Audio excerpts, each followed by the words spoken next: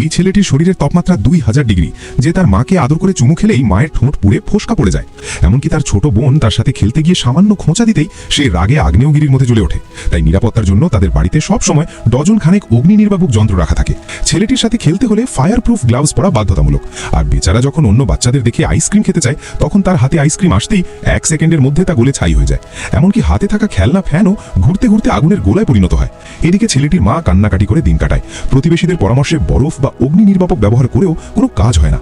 উল্টো বাবার খবরের কাগজ আর মায়ের জামাকাপড় ছেলের ছোঁয়ায় পুড়ে ছাই হয়ে যায়। ফলে বন্ধুরাও ভয়ে তাকে ছেড়ে চলে যায়। এক সময় ছেলেটি এই আগুনের শরীরকেই মেনে নেয় আর দুষ্টুমি শুরু করে। সে বাবার হাতের ঠান্ডা কোক নিমিষেই ফুটিয়ে 100 ডিগ্রি করে ফেলে। রাতে বোনের চুলে হাত দিয়ে ফ্রিতে পার্লার স্টাইলে পার্ম করে দেয়। এমনকি প্রতিবেশীর আতশবাজিও কার ছোঁয়ায় জ্বলে ওঠে। দেখতে দেখতে ছেলেটি 20 বছরের সুদর্শন যুবক হয়ে ওঠে। কিন্তু তার এই আগুনের শরীর নিয়ে চিন্তিত বাবা মা তাকে নিয়ে মন্দিরে যায় আশীর্বাদের জন্য।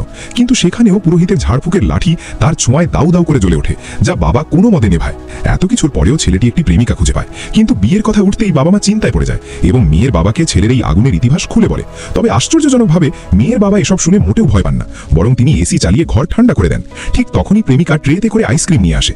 কিন্তু ছেলেটি ভয়ে তা খেতে চায় না, কারণ সে জানে ধরলেই তা গলে যাবে আর সবার সামনে সে লজ্জিত হবে।